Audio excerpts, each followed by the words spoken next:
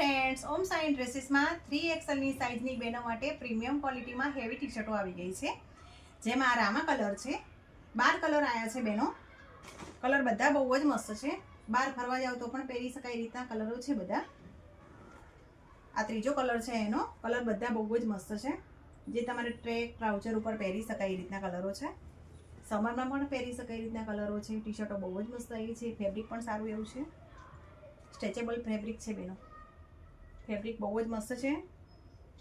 3XL ની બહેનોને કંઈ પણ લેવું હોય તો ઓનલાઈન ઓર્ડર કરવા માટે સ્ક્રીન ઉપર નંબર આપેલો છે.